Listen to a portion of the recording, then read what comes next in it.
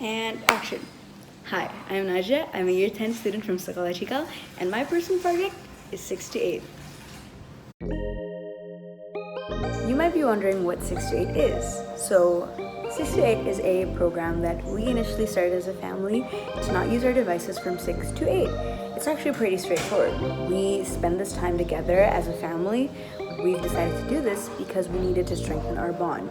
We all started to get too distracted and addicted to our phones, and my dad felt that we needed a moment where we could all just connect together and have fun as a family without the distraction of our phones, which is why I decided to do this program, 6 to 8, because I felt like so many other people were starting to get distracted by their phones in times where they could be improving their social connection with some other people. So, 6 to 8's project goal is to raise awareness on how phones impact social interaction. I'm not saying that you shouldn't use your phone, because I know phones are beneficial at a lot of times. I'm just saying that sometimes we need to take a break and we have to know when to stop. Starting off the personal project, we were all given a chance to narrow down our project choices into 3 topics, and we made a table. I went with 6 to 8 because it wasn't something I've seen before, and it's a topic that's very close to me. After I decided, I made a project proposal which includes a rubric, criteria of success, and a planner.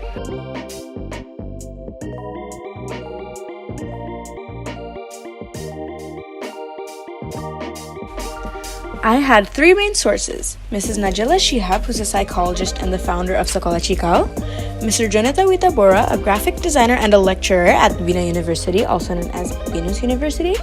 Lastly is a workbook called the Phone Addiction Workbook: How to Identify Smartphone Dependency, Stop Compulsive Behavior, and Develop a Healthy Relationship with Your Devices, written by Hilda Burke, published June 4th, 2019.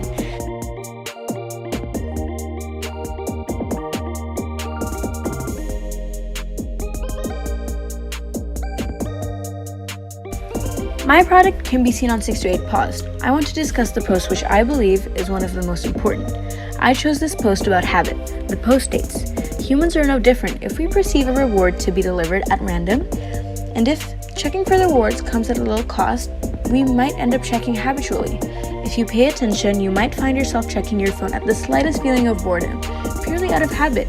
Programmers work very hard behind the screens to keep you doing exactly that." Taken from the same article from Harvard Edu.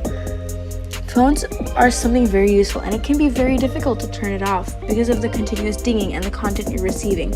But going back to my previous post, we must know when to stop. Don't let the habit get the best of you. Use your phone at times where you need it the most, and make sure you're conscious of what you're doing with your phone.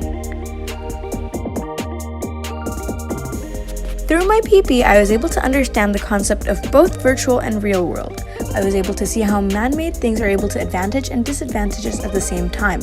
I had a deeper understanding all around, more to how relationships are built and how they're kept. 6 to 8 has been great in my family. It's been almost 2 years we're doing it right now. Well, at least it makes me stop using my phone for 2 hours every day. So it really helps me to set a pause, time off, and I can be with my family. The most challenging part of this project is the fact that our population is addicted to phones. Our phones have become our nervous habit, our invisible crutch based on Washington Times.